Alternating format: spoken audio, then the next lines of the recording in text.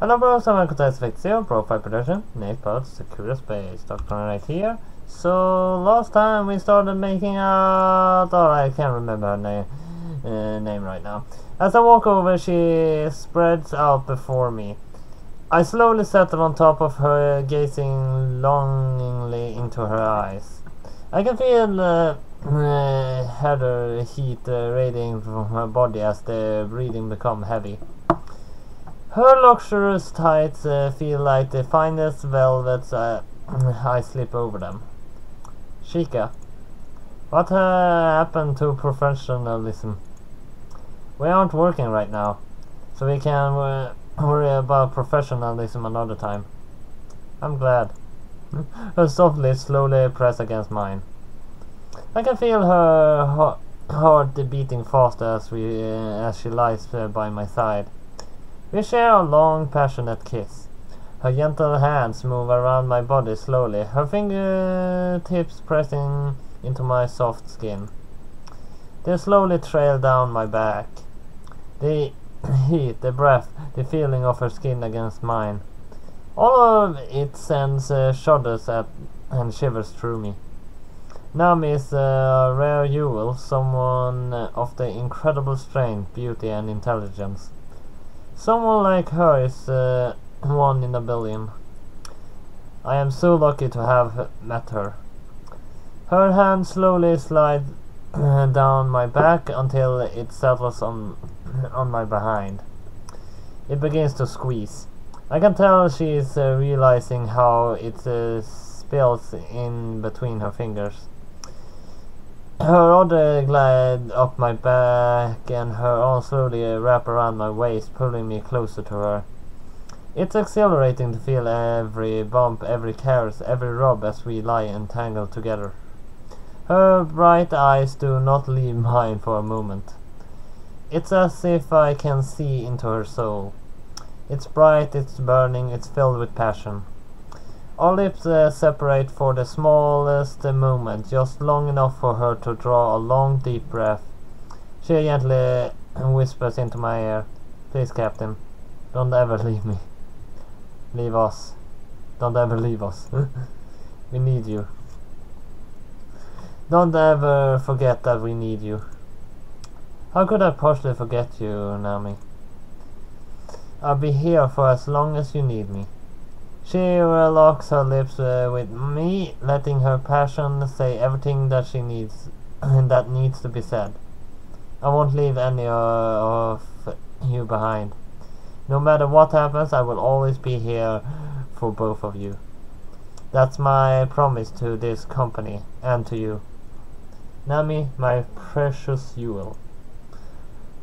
I have no idea if this means I made some choices that actually made Nami be the one I'm in love with, or that actually is something else. I have no idea.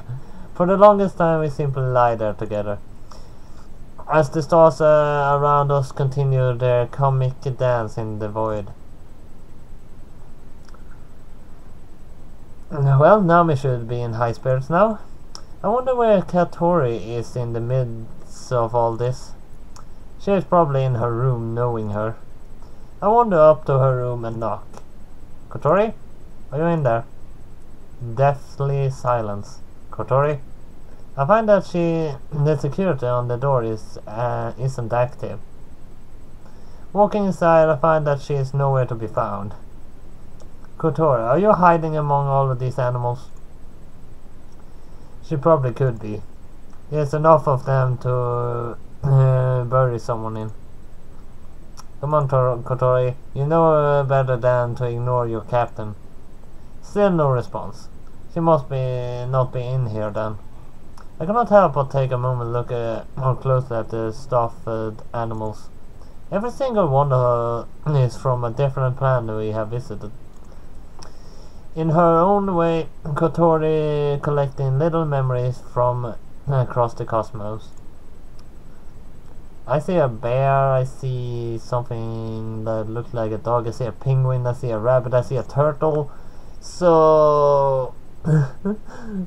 well, I see a backpack with bunny ears. That's weird. Nami room is impressive in how pristine it is. What the hell? Kotori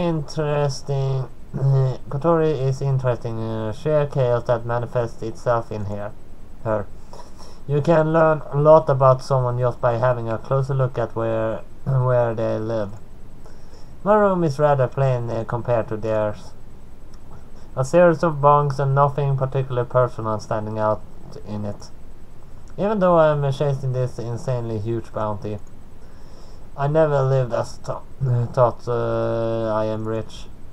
I don't even know what I would do once I get all of that money.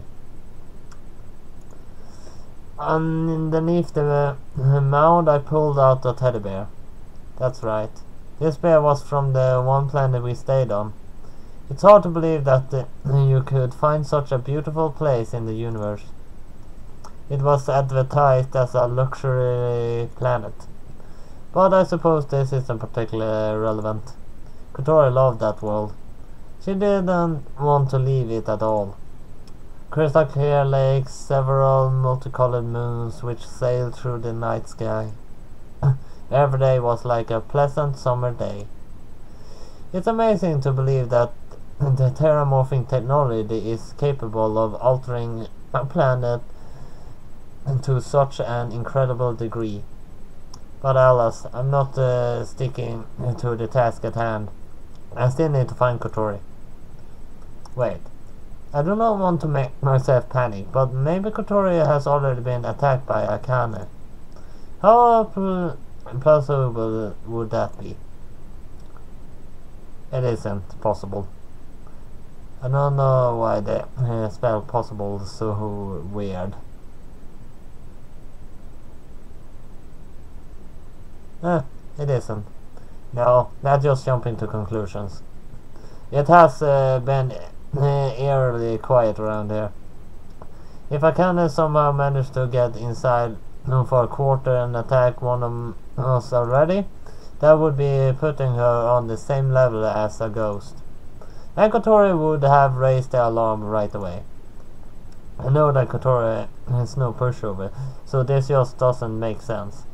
So far I think I have a firm grasp on my enemy capabilities, and I know these quarters better than anyone else on this ship.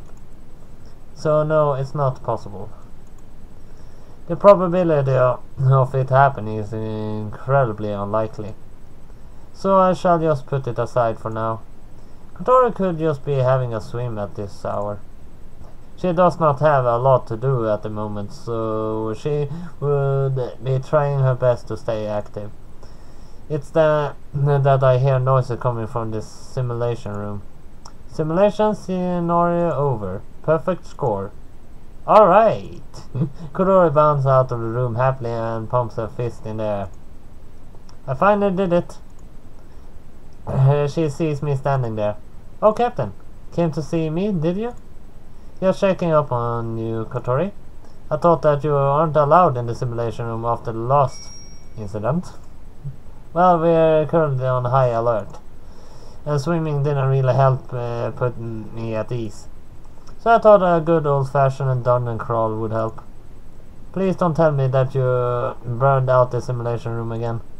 No, it was that one dungeon that was spent heaps of time on. Do you remember that one? The overgrown underground dungeon. This don't remind me of those days. But I had so much fun in that dungeon. I didn't. How exactly did you get the perfect score in the simulation of that dungeon by yourself? Well, I decided that I have to start taking things more seriously. This Akane character sounds like she's going to be bad news no matter what the way you look at it. So I want to be ready. I need to protect everyone with these 2 daggers. She flashes them in the air. Did you see that? See what? Exactly. Kotori laughs at her own bad joke. I can't help but smile too. Playing along with her ridiculous jokes is fun. You really do get me, Captain. That's why it's important that we beat Akane. I like the way things are around here. We don't need someone like her ruining it for us. Don't you think? Exactly. It's good to know that you're in a good health, Kotori. Just try not to burn out the simulation room.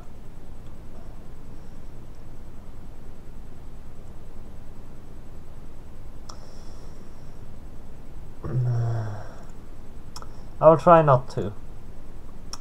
Before I can turn to leave, she puts her hand on my shoulder. Can I come with you for a moment, Captain? Permission granted. Kotoris seems to be thinking about something. I have been looking into this cult following we apparently have. And it's silly. How did none of us here know about it in the first place? All I do with my digital pad is play online games. You and Nami wouldn't bother looking up anything like this either. It's more or less true. I tend to avoid any pop culture news like the like the pledge. I only ever look up information on politics. This means I have fans. How exciting is that? Imagine there are probably an entire galaxy worth of people out there following our adventures. That's cool, don't you think? It is cool, I suppose. But doesn't that warrant some scrutiny? Is it possible that this cult following we have could interfere with our current bounty? Let me think.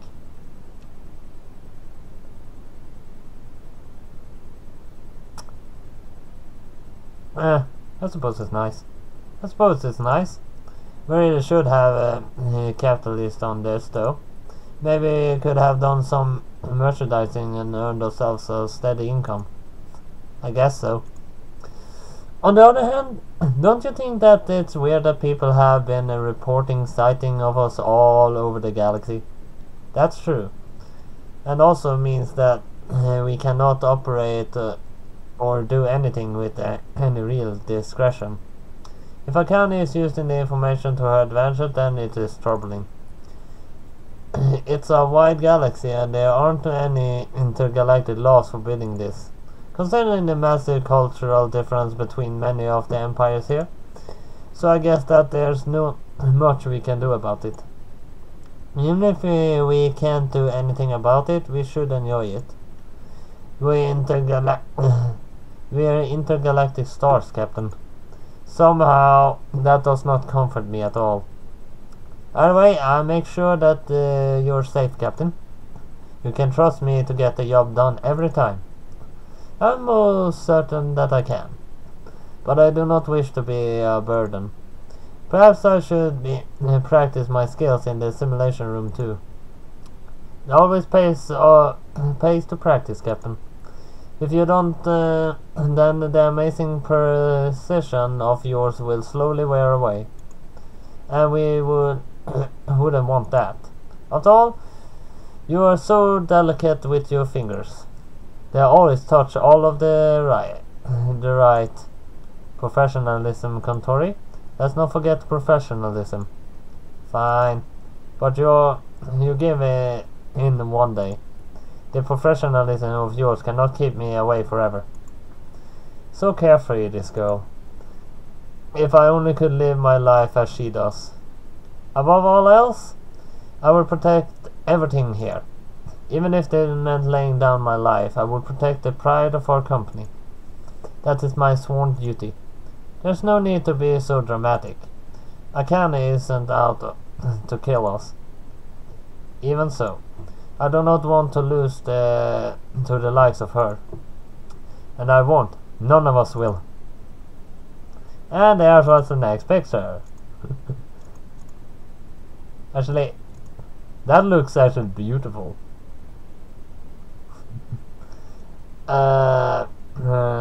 No, I can't see. I have to wait till that gets away. Yeah. Quit. Yes.